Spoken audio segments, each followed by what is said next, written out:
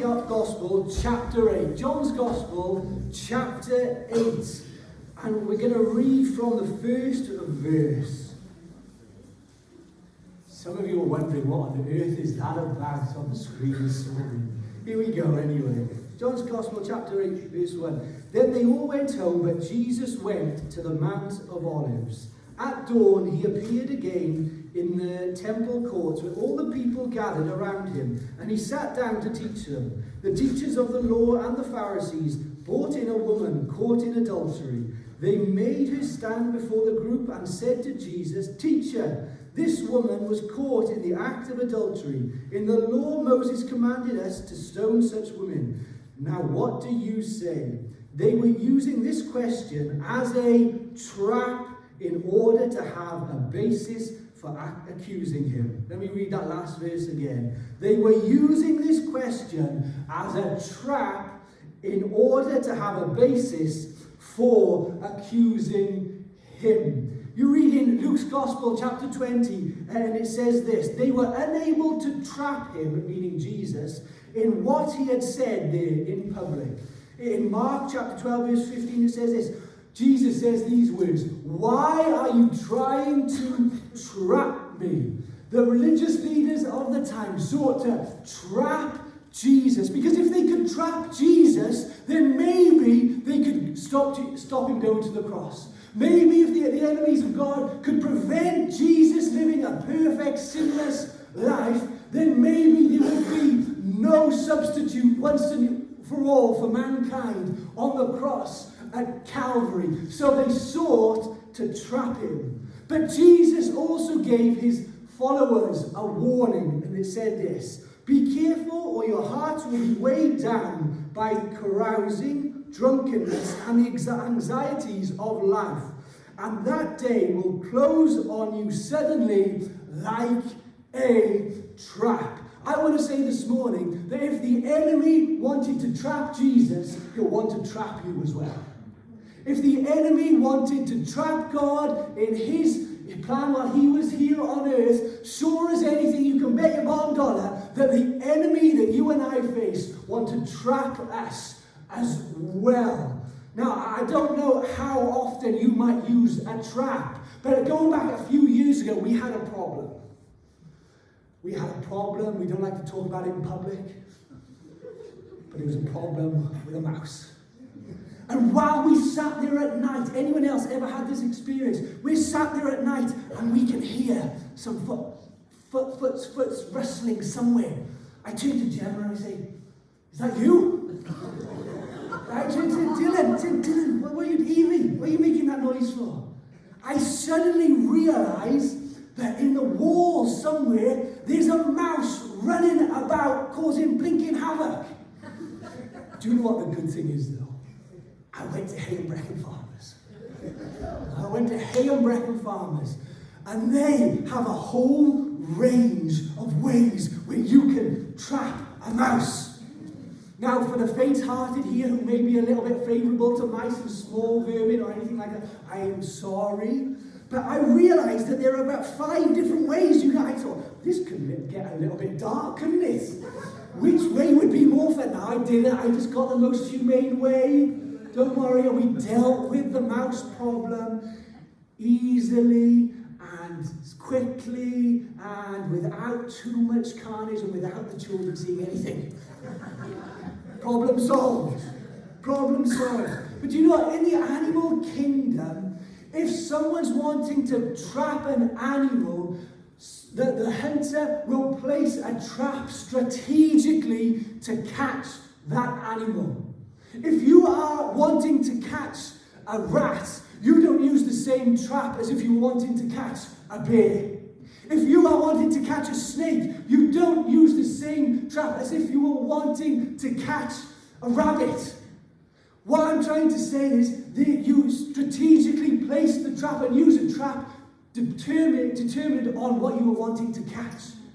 And the enemy that we face knows what traps you are likely to fall into and what traps I am likely to fall into. He uses strategic traps to try and catch us out.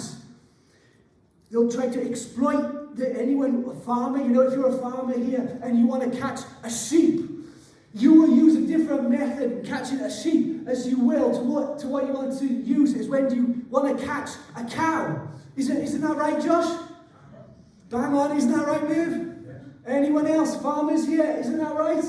What I'm trying to say, different animal, different trap. Different person, different trap. And what you might fall for in the enemy's schemes might not be what someone else will fall for under the enemy's schemes. The enemy knows your weakness. And do you know what the amazing thing about a trap is? A trap doesn't necessarily kill its victim. But a trap will isolate a victim and hold it, maybe until it loses blood, maybe until it starves, maybe until it just gives up the hope of trying to get released and get unbound from the trap, and it dies there. And that's what the enemy seeks to do in your life. If the enemy's got a trap, he wants to isolate you. He wants to do something in your life where you just give up hope. He wants to do something in your life where you think, like, there's no way out. Like there's nothing that could come and save you because all energy, all hope, all life has drained from you. I sometimes think in my life, God, why don't you just remove the jolly trap? God, it must be easy. You can part the Red Sea. God, you stopped the Jordan when the children of Israel stepped into the river. You stopped it. God, you raised the dead to life. You healed the blind. You rose the dead. If you could do that, can't you just take this blinking trap out of my way so I don't slip up every time that I get into that mess? And yet what happens? It's left there. God leaves it there. And you see the trap that is there before you, placed by the enemy. God could take it away like that.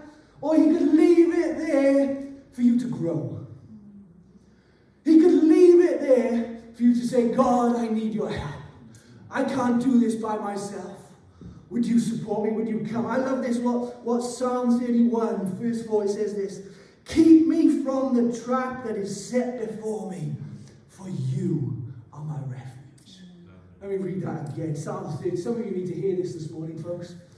Keep me from the trap that is set before me, because you are my refuge. Over the coming weeks, I just want to talk about some things that as Christians we can get trapped up in. And you know, we've got a few weeks till Easter. Next week we've got a guest speaker, but the following 2 weeks I want to talk about traps that I think we need to be aware of as people who are wanting to follow God and wanting to live our lives and fight for Him. First trap that the enemy, I think, just wants us all to fall into is the trap of fear. The trap of fear. At the root of many of our problems is fear. We are meant to have a healthy fear in our lives, a healthy level of fear. When our children, maybe we're near a road, if I need to, because there are cars there, I'll shout. Say, stay by me! Get away from the side. And they might jump. I want to install in them a little bit of fear so that they don't go anywhere near the road. If we're in the kitchen and there's something hot, or the kettle's on, or there's a pan that's going, I sometimes every now and then go, stop, don't touch that. Or when we're by the fire, get away. I want them to have a healthy level of fear of certain things in their life so that they stay well away from them. We all here need to have a fear of God. Proverbs 9:10 says this, the fear of the Lord is the beginning of wisdom. You know what about fear? When fear strikes in our life, it's usually out of control. It's usually irrational fear. It's usually fear that we get worked up about. Remember that thing? Fear is false evidence appearing real. I've got to be honest, I think a lot of the evidence is real that we face. The opposition that we face is real. The problems that you and I face on a daily basis, they're real problems, folks. They cause you harm. They cause you heartache. They cause you upset. They're real. They're not just appearing real, they are real. But we need to have a fear of God. Fear doesn't take sides. It attaches itself to anyone. Fear can become the driving force behind many of our thoughts. I must have sang too much this morning because my voice is going. Thanks, Derek. The trap that the enemy... The trap of the enemy is to keep you focused on the what-ifs in life. The what-ifs. Anyone ever had the battle of the what-ifs? Here we go. What about the trap of what if I fail? What if people get to know the real me? What if my family gets hurt? What if this isn't God's will for my life? I love it with Joyce Meyer. Joyce Meyer's written about 1 million books, preached 1 million sermons, and she says this about fear. There was a time in my life when I had more fears than I could count. I was always afraid the absolute worst would happen. I worried about our finances, our kids, the state of the world, and what would tomorrow bring. As a result, I couldn't enjoy my life or have the peace God wanted to give me. Trapped by fear. I want to take you to a book in the Old Testament, 2 Kings.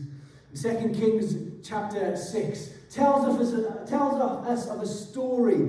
It's a story of Israel, and they're facing a king of Aram. The king of Aram goes to war against Israel. And Elisha is the prophet of Israel of the time. Elisha is there as the prophet. Aram is coming against Israel. And every time the king of Aram wants to come and attack Israel, somehow Elisha, the prophet of God, gets a message to the king of Israel. And he says, Aram, the king of Aram is coming to attack you. You need to move base. You need to move camp.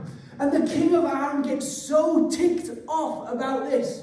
He thinks he's got a mole in the camp. We talk about catching different things. Any mole catchers? No? Don't admit it. He thinks he's got a mole in his army who's telling the king of Israel about where they're going to be. And his army officers come in to see the king of Aram. And they say to the king of Aram, no, we're not giving our secrets away. No, it's none of us here. But the children of Israel, they have a secret weapon. They have a prophet, and his name is Elisha. And God is talking to the prophet, and the prophet is talking to the king of Israel and saying where he needs to move his troops so we can't work out where they are, so we can't defeat them. The king of Aram says, right, we'll do something simple. We'll go and surround and we'll go and get after the prophet. If we get the prophet, we can get the children of Israel. So what happens? They go down, and it says this about what he does. It says they go off and they sent horses and chariots and a strong force and surround Elisha. Elisha the prophet is there, surrounded by this force. And Elisha the prophet has a servant. We don't know his name. It's just called the servant.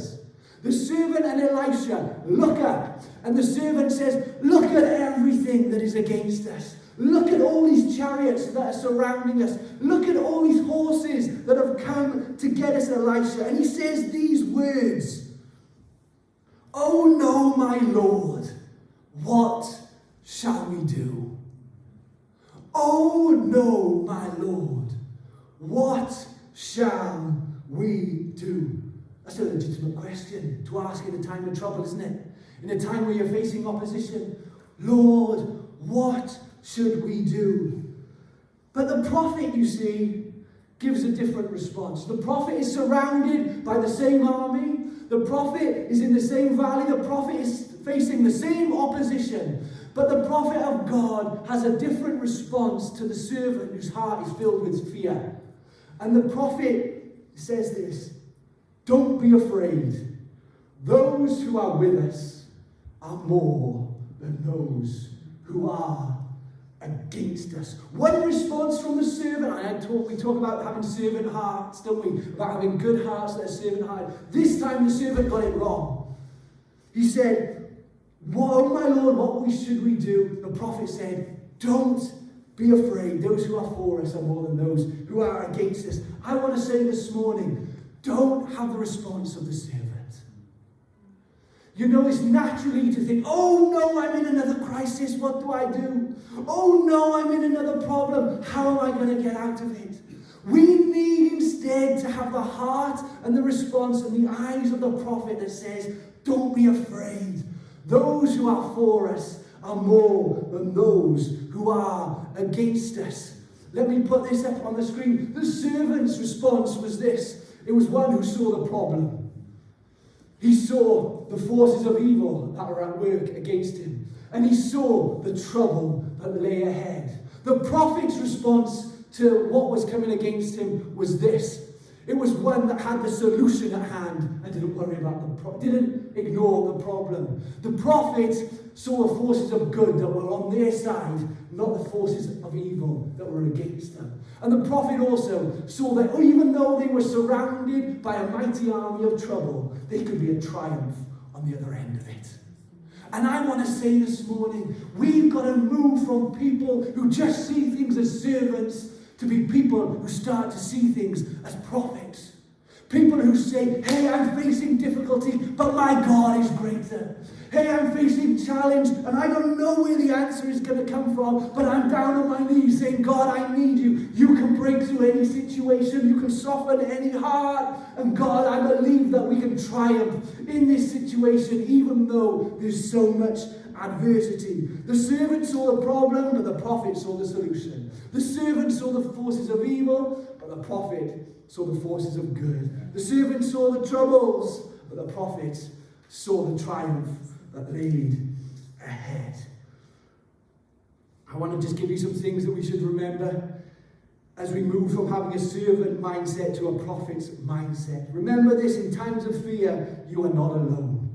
God is with you. I'm so glad that the servant had Elisha the prophet next to him. Without Elisha the prophet, where would the servant be? And I'm glad as well that we have God on our side who's with us through every season, every high and the low. I'm also glad that I've got Christian people around me. Folks, look around. There are people fighting your battle with you.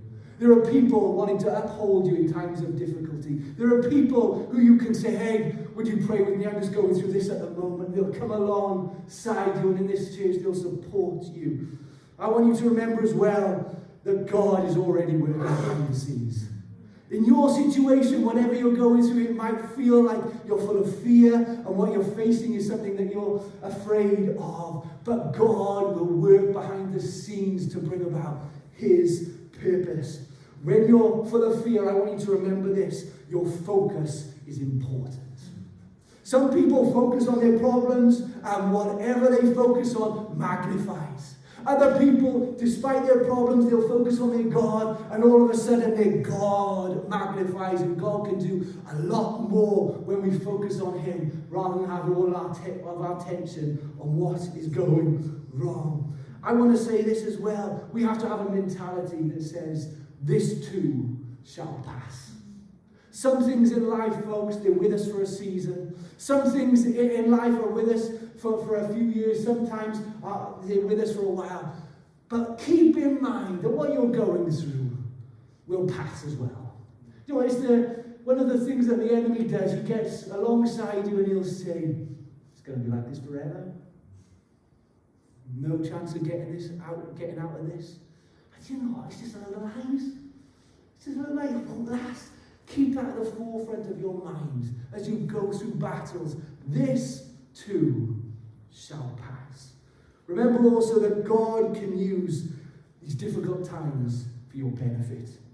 God can use us to use situations for us to draw closer to Him rather than further away. Some people, they go through tremendous challenges in life, and for whatever reason, that becomes an excuse that says, oh, I don't want to follow God. Oh, I've had enough. I'm going my own way. I want to say, if we want to have the mindset of the prophet, we've got to have the mindset that says, whatever it is, I'm going to use this to draw closer to God. I'm going to use it to drill down even further. I'm going to use this to get on my knees and cry out to God all the more. Remember also, as you go through times of fear where it feels like you're overtaken with fear and you're afraid, there's a Prince of Peace. and his name is Jesus. We have a shelter in the time of storm. And I want to say peace isn't the absence of problems, but it's knowing his presence in the problem. Let me say that again. Peace isn't the absence of problems, but it's knowing his presence in the problem. Psalm 31 verse 4, let me give it to you again. Keep me from the trap that is set before me, for you are my refuge. Some people will trust God to change their outcomes.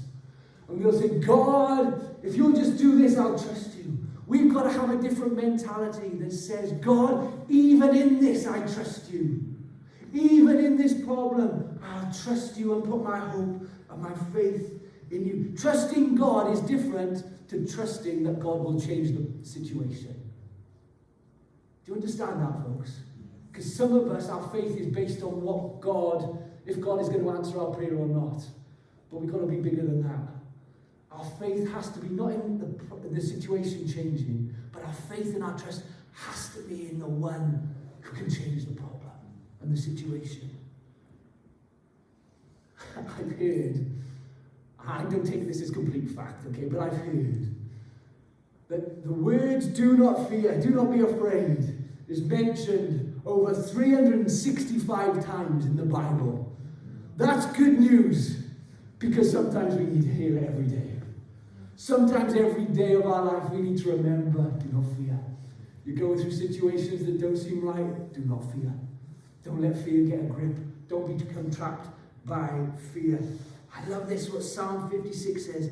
When I am afraid, I put my trust in God. Not when I am afraid, I neg it. Not when I am afraid, I get depressed. Not when I am afraid, I give up on God, I give up on church, I give up on a pastor. But when I'm afraid, I trust in God. Let's stand to our feet. Come on, musicians. Just Ian, maybe the singers, just come back. We're going to finish with one short song. But Jesus said these words in Mark's Gospel, chapter 5, verse 36. And he says this, overhearing what they said, Jesus told them, don't be afraid. Overhearing what the conversation was, Jesus told him, don't be afraid. And I want to say, I wonder from heaven, as God maybe listens down with his ears, and he overhears some conversations this morning taking place in your heart. Maybe he overhears some conversations that take place in your home, and they're conversations that are just maybe full of doubt and concern. Maybe they're conversations where you think, God, how could this happen to me? I want to say, God this morning is just overhearing that, and he wants to say these words to you. Don't be afraid. Just believe. Don't be afraid. Just believe. Heavenly Father, I'm so glad for everyone who's here this morning.